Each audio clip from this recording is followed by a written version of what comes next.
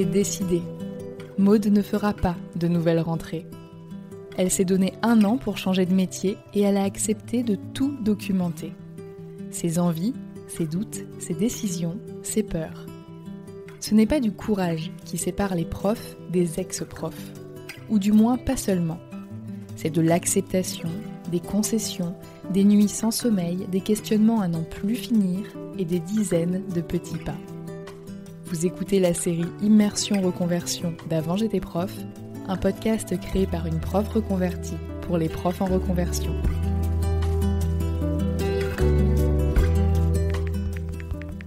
Juin 2025, épisode 7, la boucle est bouclée.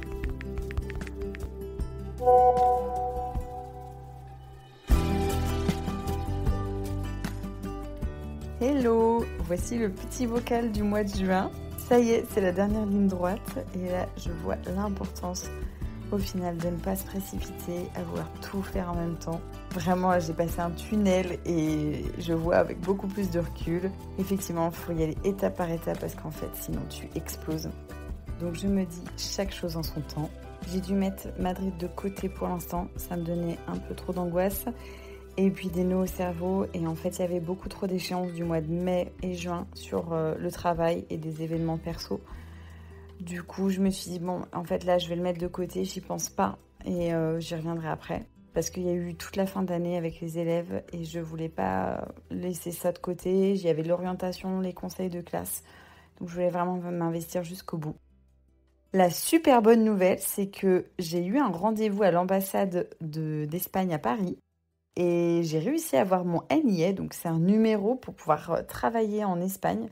Donc c'est un numéro provisoire, là il va falloir qu'après je fasse les démarches une fois que je suis sur place. Mais franchement, j'étais trop heureuse, surtout que pendant l'entretien, la personne m'a dit que c'était peu probable que j'aie mon NIE. Donc je suis sortie de cet entretien en me disant bon, ben c'est pas grave, je l'aurai pas. Et en fait, je l'ai. Bon, il me sert absolument à rien pour l'instant, mais franchement, c'est hyper rassurant. Et pareil, j'ai commencé à me renseigner sur la location d'appartements, à voir les agences. Donc, j'essaye vraiment de me concentrer sur une chose à la fois et pas de vouloir tout faire en même temps. Après, la recherche de job, pour l'instant, elle est un peu mise de côté, alors que c'est quand même le plus important. Bref, donc pour l'instant, je vois que les nuages se dissipent petit à petit et je commence à voir les rayons du soleil et vraiment en plus, il fait beau. Donc je sais pas si c'est dû au beau temps, mais ça donne un peu plus le moral quand même et je suis vraiment contente de partir. Je trouve que cette fin d'année est plutôt chouette. Je suis contente, vraiment contente de ne pas revenir au collège en septembre. Et voilà, je suis trop contente de me dire que j'ai une nouvelle aventure qui arrive. Un nouveau chapitre à construire et je me sens prête. Je pense aussi c'est que j'ai vraiment essayé de lâcher prise. Je me suis raccrochée aussi à certains moments, à certaines choses de mon quotidien qui m'ont fait plaisir et qui m'ont permis d'évoluer positivement et de m'épanouir. J'ai eu mon spectacle de danse et ça m'a vraiment donné beaucoup de joie.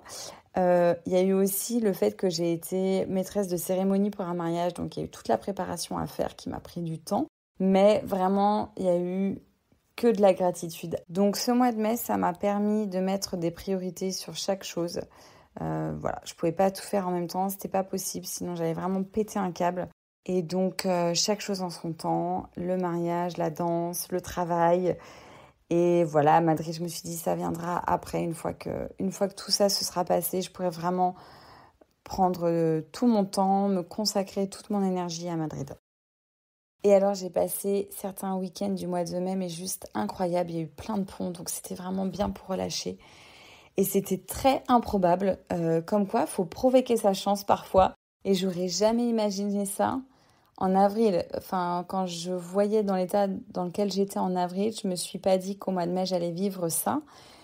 Donc, comme quoi, il faut jamais perdre espoir. Et voilà, il y a toujours des périodes un peu difficiles. Il y a des périodes où vraiment on ne voit pas le bout, on voit pas la fin, on a l'impression qu'on va pas s'en sortir et que voilà, on voit pas comment on va pouvoir être heureux après ça.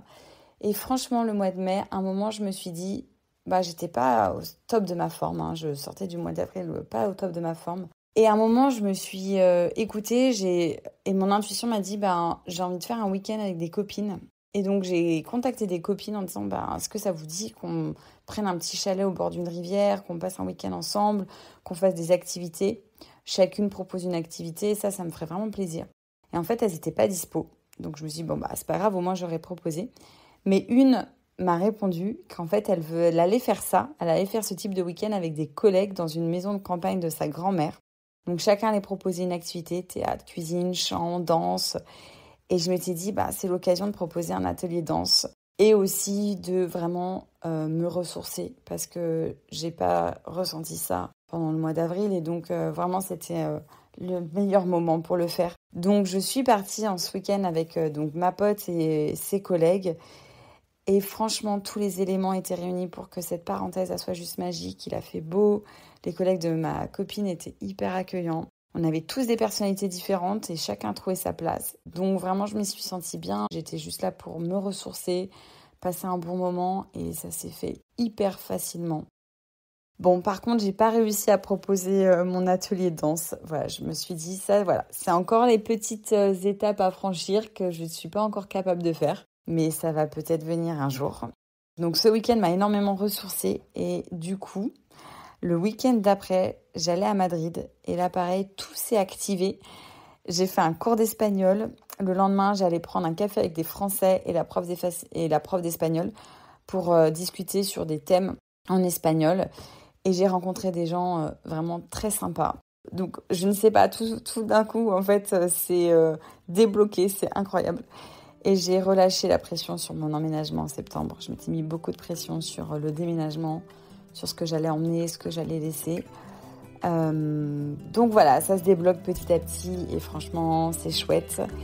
Et là, c'est parti pour le mois de juin qui va être mes derniers projets et mes derniers conseils de classe, mes derniers bulletins à remplir. Mais ça, c'est juste du bonheur, un grand bonheur de ne plus avoir à remplir les bulletins. Donc je suis en joie.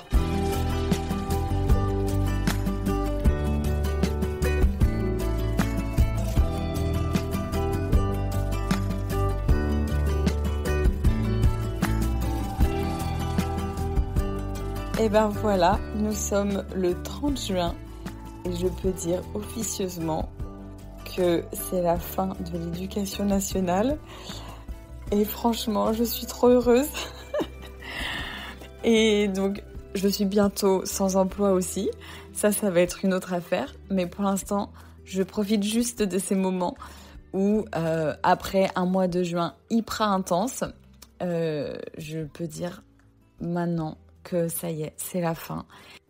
Et franchement, quelle fin! C'était juste magique. Et rien que pour ça, je suis tellement contente et fière de moi d'avoir tenu cette année pour juste vivre ce que j'ai vécu au mois de juin.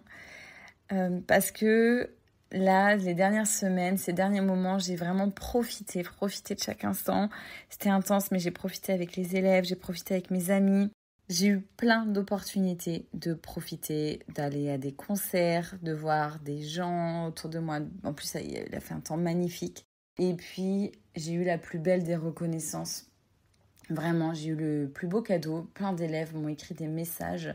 Et dans ces messages, non seulement il y avait des mots hyper bienveillants, hyper gentils sur ma façon d'enseigner, mais ce qui était le plus touchant, et ce qui m'émeut encore aujourd'hui, c'est que dans ces messages, il y avait vraiment des valeurs que je voulais leur transmettre. Et franchement, je ne pouvais pas espérer mieux de me dire « Eh ben, j'ai pas fait ce travail pour rien.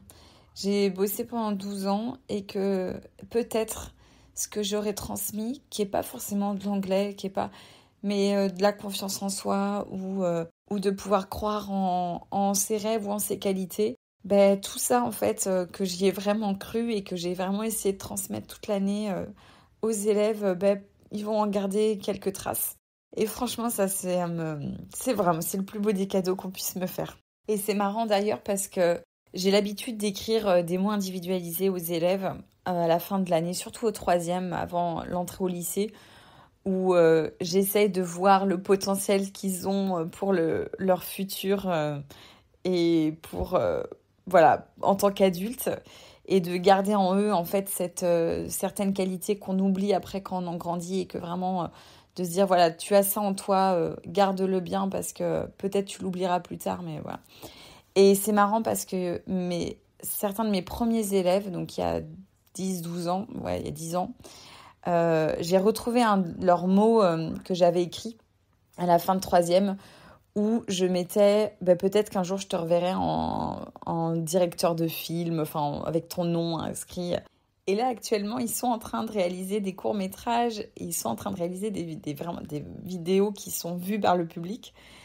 Et donc je suis hyper contente et tellement fière d'eux, vraiment. Donc voilà, je me dis la boucle est bouclée, franchement, c'est tout ce que je pouvais espérer. Donc je suis très contente, j'ai pas de regrets parce que voilà, je savais que j'arrivais à la fin de quelque chose. Je ne sais pas du tout vers quel domaine je me dirige, je ne sais pas du tout vers quel chemin je vais. C'est vraiment le nouveau départ, c'est repartir à zéro en essayant de garder mes compétences et de croire en moi, en fait de croire en mes compétences quand même. Même si c'est vraiment pas facile parce que je vais vite vers ma zone de confort, je le sens. J'ai peur de la nouveauté quand même, donc j'essaye de ne pas aller vers les postes de professeur en Espagne. Parce que c'est pas ce dont j'ai envie, mais c'est ma zone de confort. Et ça me rassurerait, mais en même temps, je me dis, je suis pas partie de là pour faire ça.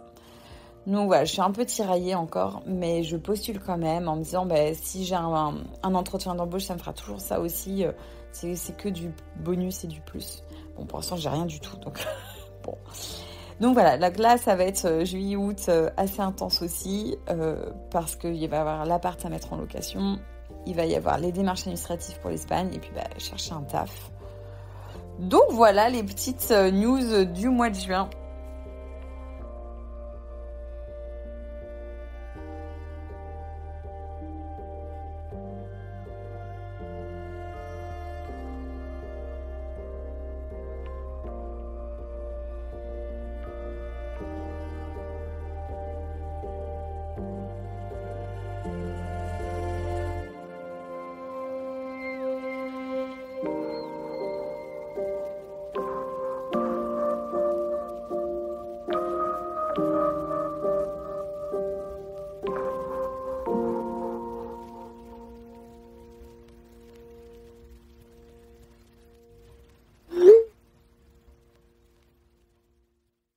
Merci d'avoir écouté cet épisode d'Avant j'étais prof.